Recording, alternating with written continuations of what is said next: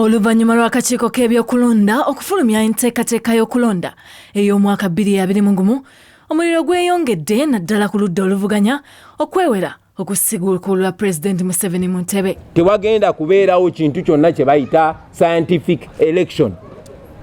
Ffe kye tugendamu kwe kulonda kwennyini nga bwe kulagirwa mu mateeka okutuuka ku bantu. Ntinze kamwa koogera ku lw'obukadde n'obukadde bw'Abannayuganda abanyigirizibwa, ngenda kwesimbawo okuvuganya Museveni ate tumuwangule mu kulonda okujja. Nga beewera entakera, kati ate poliisi obwala etandise ku Bugomba mu bannamawulire nga n'abamu batandise dda okuyitibwa babitebye. Wabula tekomye ku bino nga kati ne bannabyabufuzi abamu bakakiddwa okusula mu mikutu gy'amawulire olwa poliisi okugizingako nga bakyaziddwa. Mu mboozi ey'akafubo n'akulira ekitongole ekirwanirira eddembe lya bannamawulire Robert Ssempala agamba nti bino bikolwa bya kutiisatiisa bannamawulire ekissa obulamu bwabwe mu katyabaga. Ono ayongeddeko nti kino kyongera n'okulaga nti bannayuganda bandiremwa okufuna ebigendererwa by'akalulu akajja olwa gavumenti obutaba na bugumiikiriza eri ludda luvuganya. Tuyita self censorship.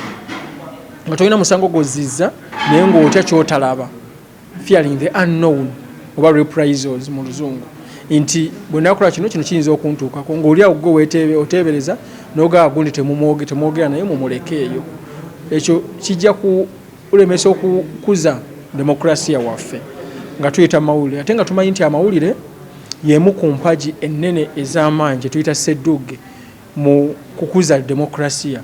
Era ensi yonna bw'oba onoonya demokrasiya wayo bwe yenkana onoonya ddembe ly'amawulire. Eri ono ebikolwa ebitandise okukolebwa ku bannamawulire n'emikutu gy'amawulire byandiba byoleka ebinaava mu kalulu akajja, kyagamba nti kati embeera eno ekiraga lwatu nti emikutu gy'amawulire gyandiggalwa olw'okukola ekituufu omulimu gwakyo kye gulagira. Ssempala agamba nti kino kigenda na kuleeta emikutu gy'amawulire okulemesebwa okukola ekisuubirwa. Tuyongera mu maaso embeera eno maleetera kwonooneka.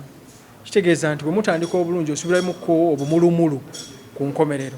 Naye kati tutanga kubanga obumulumulu butandise kati leero, kitegeeza eri gugenda kuba muliro gwennyini.